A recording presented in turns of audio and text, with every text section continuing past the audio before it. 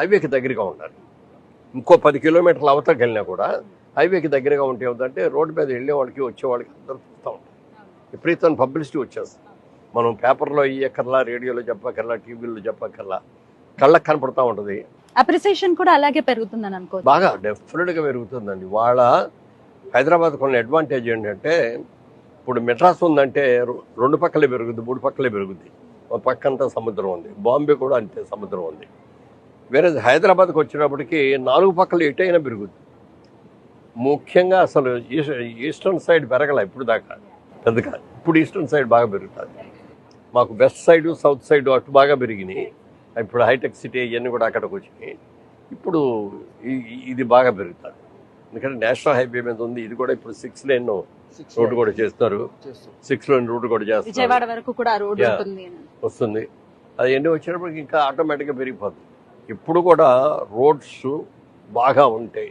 ఎక్కడ బాగుంటే ఆ ఏరియా అంతా డెవలప్ అవ్వాలి.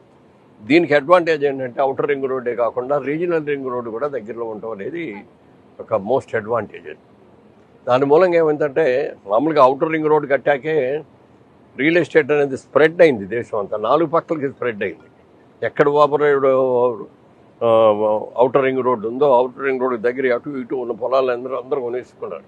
ఫ్యూచర్లో బాగా పెరుగుతుందని. నెక్స్ట్ ఇప్పుడు రీజనల్ రింగ్ రోడ్డు కూడా వచ్చిన తర్వాత రీజనల్ రింగ్ రోడ్డు చుట్టూ కూడా మంచి డిమాండ్ ఉంది, డెఫినెట్గా ఉంది.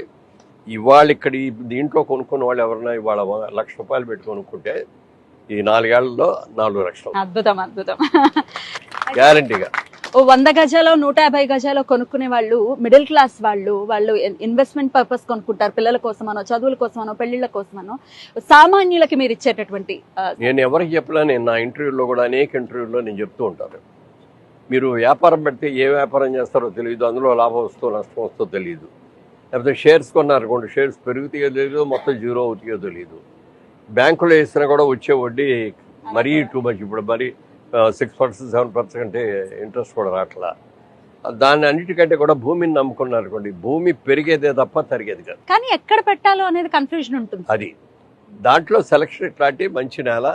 ఇప్పుడు ఈయన 15 ఏళ్ల క్రితం 20 ఏళ్ల క్రితం సామాన్యులకు అందుబాటు ధరల్లో విజయవాడ హైవే చౌటుప్పల్ సమీపంలో జేబీ మెగా వెంచర్. ఇక జేబీలో స్థలం, సామాన్యుడి బలం.